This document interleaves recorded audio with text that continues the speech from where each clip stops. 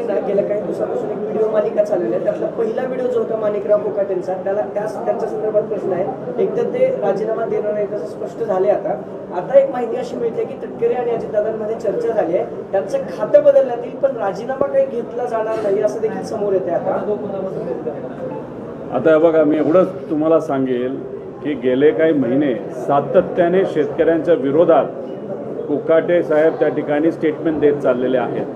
त्याच्याचबरोबर आमच्या सगळ्यांचा ठीक आहे, पत्ते खेळता नाही खेळत, तुम्ही घरी खेळा कुठेही खेळा, पण विधिमंडळामध्ये तुम्ही तिथं उपस्थित असताना, तुम्ही मंत्री असताना तुमच्यावर एक जबाबदारी आहे. ती जबाबदारी प्रत्येक शेतकऱ्याची आहे, कष्टकऱ्याची आहे.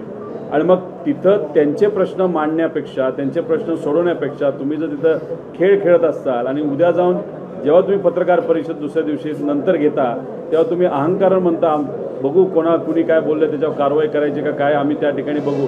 हा अहंकार जरा बाजूला त्या ठिकाणी तुम्ही ठेवा. तुम्ही शेतकऱ्याला भिकारी म्हणलात, तुम्ही सरकारला भिकारी म्हणलेला आहात.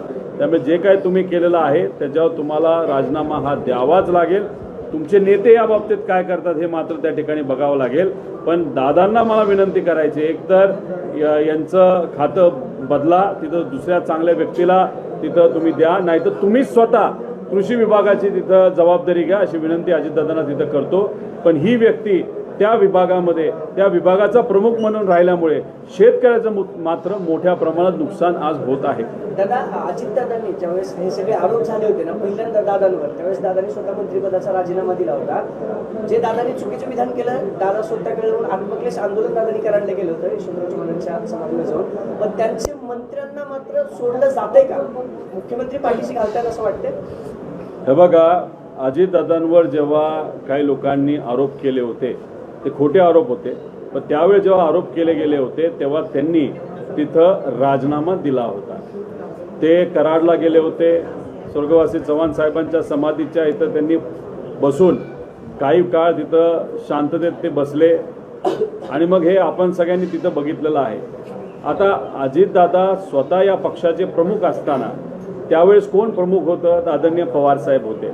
पवारसाहेबांच्या मार्गदर्शनाखाली ती पार्टी ही चालत होती. नैतिकता ही अतिशय महत्त्वाची त्या काळामध्ये होती. आर.आर. आबांकडनं सुद्धा एक छोटंसं स्टेटमेंट, पण त्या काळामध्ये जेव्हा लोक भावनिक होतात ते स्टेटमेंट, त्यांची हिंदी कदाचित चुकली असेल पण हिंदी चुकून सुद्धा ते स्टेटमेंट ऐकताना चुकीचं वाटलं म्हणून त्यांना आदरणीय पवारसाहेबांनी थांबवायला सांगितलं. तसंच तुम्ही जर बघितलं त्यावेळेस काँग्रेसचे नेते देशमुख साहेब मुख्यमंत्री होते तेव्हा त्यांनी सुद्धा तिथं माघार घेतली आणि पदावरनं ते निघून गेले. आता हे आजचे भाजप आणि मित्र पक्षाचे नेते स्वतःला काय समजतात?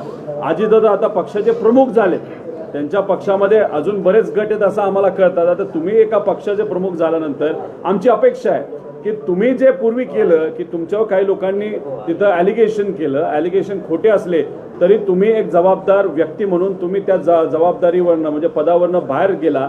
पण आता तुम्ही अध्यक्ष आहात, त्या पक्षाचे प्रमुख आहात आणि तुमचे जर तिथं मंत्री अशा पद्धतीने वागत असतील, खालच्या लेवलला जाऊन बोलत असतील, पत्ते खेळत असतील, त्याच्याचबरोबर सरकारला भिकारी शेतकऱ्याला भिकारी म्हणत असतील, मग आम्ही असं समजायचं का की अजितदादांचे स्वतःवर कंट्रोल आहे पण कदाचित आज त्यांच्या पक्षातल्या असणाऱ्या मंत्र्यांवर आणि आमदारांवर दादांचा कंट्रोल नाही? हे आम्ही मान्य करत नाही.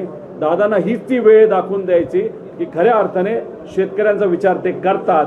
पण हे कधी खरं ठरेल जेव्हा आज इथं असणारे जे मंत्री आहेत ते पदावरनं त्या ठिकाणी बाजूला जातील.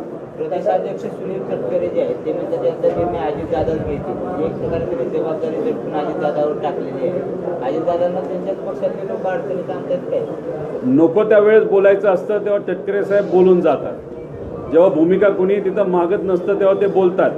पण जेव्हा खऱ्या अर्थाने तुम्ही प्रदेश अध्यक्ष आहात, प्रदेश अध्यक्ष म्हणून तुम्हाला भूमिका घेण्याची जेव्हा वेळ येते तुम्ही त्यातून पळून जाता आणि सगळं दादांवर ढकलून मोकळं होता.